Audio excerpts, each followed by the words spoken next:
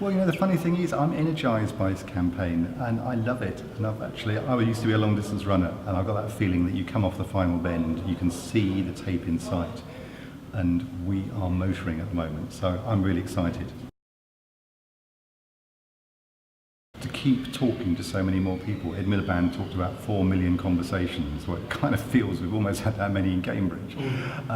We've got a fantastic team, loads of people, more people coming to us, people coming from all across the country, because they know that this seat could be the one that tips Labour into the position where it's Ed Miliband forming the government on Friday rather than David Cameron, and that is so important to so many people.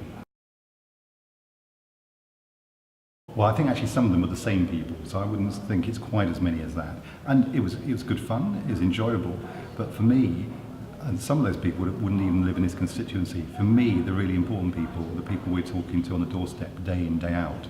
So I'm actually pretty pleased that we're now liberated to go and actually speak to people, because what I'm finding is there's still plenty of people who haven't made up their mind, but what I'm finding overwhelmingly now is that people are beginning to focus on who is going to form the next government.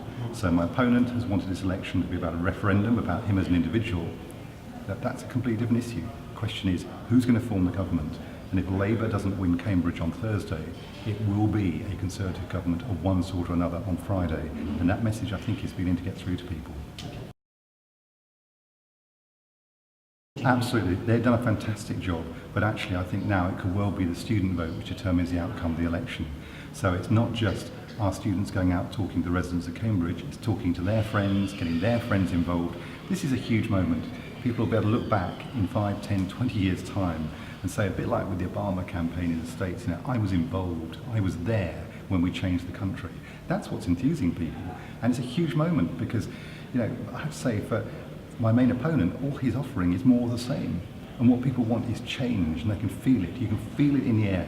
People want to change. They want something much more optimistic and positive. And I think Ed Miliband is giving people that now. Think very hard about how you use your vote on Thursday. I know there are some who are tempted to go green, but I genuinely think it's hard to see that that's going to make a difference. What will really make a difference is a Labour MP for Cambridge who is going to stand up for a completely different set of things from the current incumbent. For me, it is about the NHS, it is about inequality, it is about tackling Cambridge's housing crisis. Those are the things we'll get if I'm elected and Ed Miliband's elected at the end of this week.